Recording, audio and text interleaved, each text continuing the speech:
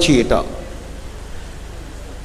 শ্রুত্রাত্ম তে নাম ভবন্তি ভক্তা দৃष्ट्वा वयं तन्नतु भक्तियुक्ता हे रामकृष्ण त्वयि भक्तिहीने कृपा कटाक्षं कुरु देव नित्यं।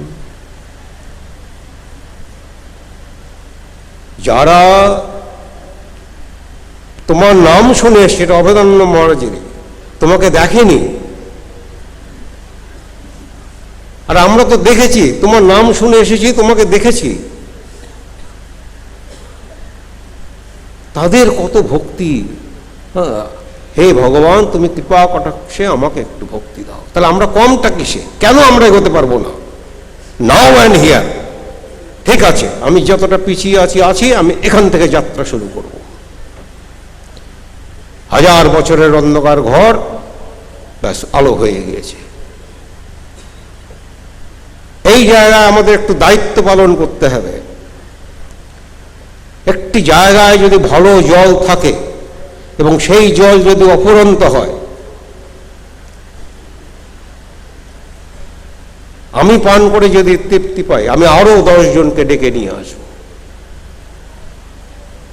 আধ্যাত্মিক জীবনের প্রতিদিনের জীবন চর্চার মধ্যে এটা আসা খুব দরকার, একেবারে একান্ত দরকার। মাস্টারমশাই ঠাকুরকে জিজ্ঞেস করছেন, ঈশ্বরকে কি দর্শন করা যায়? ঈশ্বরকে দর্শন করাই হচ্ছে আধ্যাত্মিকতা। ঈশ্বর দর্শন না হলে কিছুই কিছু না, নাথিং। 0⁻7 = 0, এটা বিজ্ঞানের একটা বিখ্যাত উক্তি একজন বৈজ্ঞানিকের।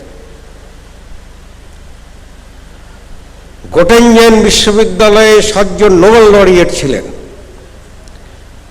5 জন ছিলেন। সেখানকার চ্যান্সেলরকে, পৃথিবীর একটি শ্রেষ্ঠ বিশ্ববিদ্যালয় তখন, 5 জন ইহুদি ছিল সেখানে। হিটলার বলল, এই 5 জনকে পাঠিয়ে দিন বাইরে, দেশের বাইরে, এদের নির্বাসনে পাঠাবো আমি, আর না হলে এদের আমি হত্যা করব। চ্যান্সেলর বললেন যে এরা নোবেল লরিয়েট, এরা ছাড়া কি করে চলবে ইউনিভার্সিটি? বলছে আপনি 7 জনকে নিন।